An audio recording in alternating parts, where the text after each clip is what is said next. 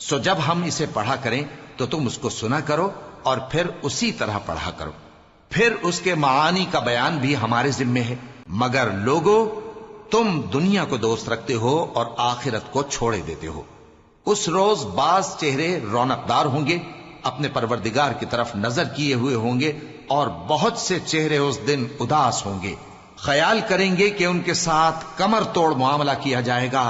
ہاں، جب جان گلے تک پہنچ جائے اور لوگ کہنے لگیں اس وقت کون جھاڑ پھونک کرنے والا ہے، اور اس جاں بلب نے سمجھا کہ اب جدائی کا وقت ہے اور پنڈلی سے پنڈلی لپٹ جائے، اس دن تجھ کو اپنے پروردگار کی طرف کھینچے چلے چلنا ہے. پھر ایسے مغرور نے نہ تو پیغمبر صلی اللہ علیہ وآلہ وسلم کو سچا جانا اور نہ نماز پڑھی، لیکن جھٹلایا اور منہ پھیر لیا.